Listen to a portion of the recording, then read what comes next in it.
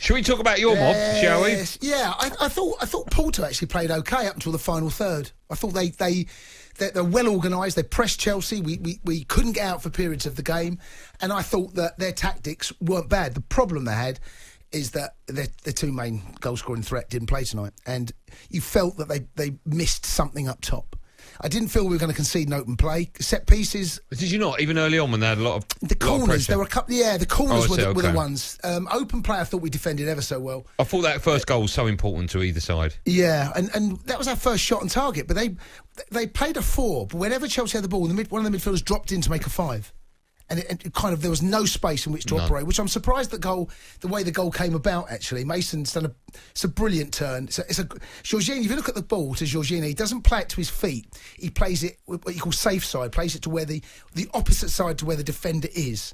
So therefore... The defender's gone in too early, though, isn't he? He has, but it's the pass that doesn't allow him to get there as well. If he plays a straight pass, the defender probably nicks it. But it's a brilliantly taken. I felt the goalkeeper maybe could have done something about it, but...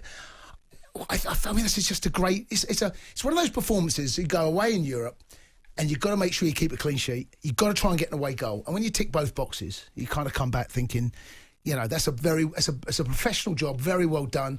I thought defensively we looked, when you look what happened at the weekend, we haven't looked like conceding open play. I still think that weekend result was a freak. Well, yes, I mean, we were shambles at the back and, West Brom looked like Barcelona. But it was a really good professional performance, and we've gone back to the way we were before West Brom. Hard to break down, very well organised, yet can carry a threat. And what about Chilwell's goal? Fantastic. What goal that was? I mean, that was Hazard-esque, wasn't it? No, the way.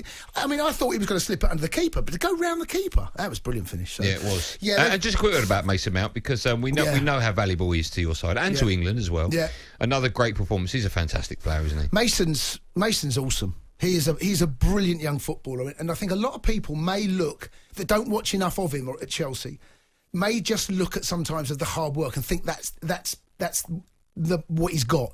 He has got that plus bags of ability. But there are still doubters. Well, they'd have another look at him.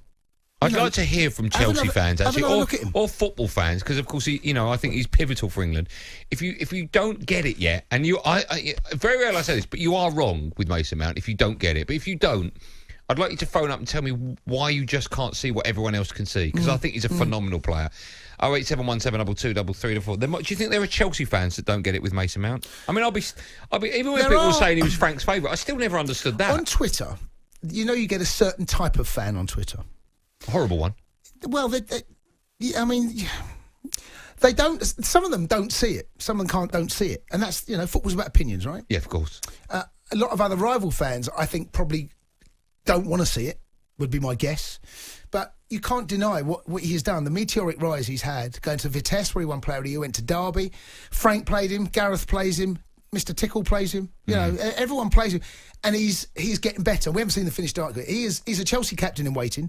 I think could be an England captain one day as well. Yeah, it's him or Declan Rice, isn't it? He's got a lot of huge amounts of ability. He's a lovely boy as well. Just a class act all round. Okay, well listen, I want to hear from Chelsea fans, of course, about that performance, and football fans as well. Join in. And if you're one of those people that's still not convinced about Mason Mount, I really would like to hear from you and as to why you feel like that. 08717223334. Just quickly as well, I have to be careful talking about Frank Lampard because I get in trouble. With why? I said something once about Frank Lampard and he wasn't happy about it. So I can't be negative about. What Frank. Did you say? I can't. I was funny about him. So like you can take the mickey out of Solskjaer, and we can take the mickey out of other managers, but I can't with Frank apparently. But anyway, would Chelsea have got that result under Frank Lampard? It's the Frank's gone. Frank done what he did the first season, brilliant.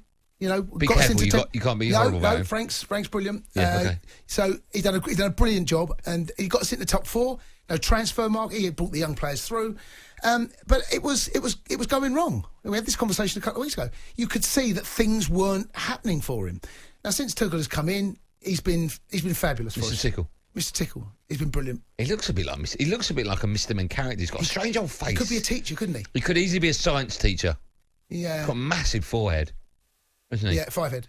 Yeah. 5 in. But listen, he's doing a wonderful job. Yeah, and he's been here before. He was in this position with PSG last season. Stumbled at the last. By the way, they're okay. Well, let's talk about PSG. They were 2-0 up, then 2-2. Back came Bayern Munich, and then 3-2. PSG won. And Mbappe scored 2 tonight. Yep. Played down the middle as well. Masterstroke from Poch. Although whenever I see Mbappe, I'm like, why is he not playing down the middle? But anyway, I think he's the best. If you're going to call him a number 9 now, I think he's the best number. I rate him. I would rather have him than any other. Kane, Haaland, Lewandowski. He's brilliant, isn't he? He's a phenomenal. beast of a. He's built so well. He is. His finishing is incredible. His pace is. Defenders bounce off him. What a player he is. He's fantastic. He is. He's awesome. Absolutely awesome. And I don't think there's a wrong answer, is there? If you say who you're going to have, who would you rather have? I would rather have Mbappe. I would. But, me too. But if Haaland rocks up at Stamford Bridge next season, I won't be too bothered. No. But he is brilliant, and it's. People talk about Neymar, PSG, and world class. Mbappe, for me, miles ahead. He's just an awesome player. Neymar, yeah, I agree with that. He's and they look good. They look good. They got to the final last year. Desperately unlucky. They didn't perform particularly well. I don't think the final. I thought Bayern had that bit of experience, and they just looked a bit too strong. Not a bit of it tonight. I mean, we're mainly watching Chelsea, but I had half an eye on the other game. We've been sport, of course, for years and years with Messi and Ronaldo. I see Mbappe as the next one carrying the baton as well. Yeah, I do. Mbappe and who would you say if we were looking for two? Would you say now Haaland? You can't. It's probably those two that are going to take over. Isn't he? Yeah. Okay.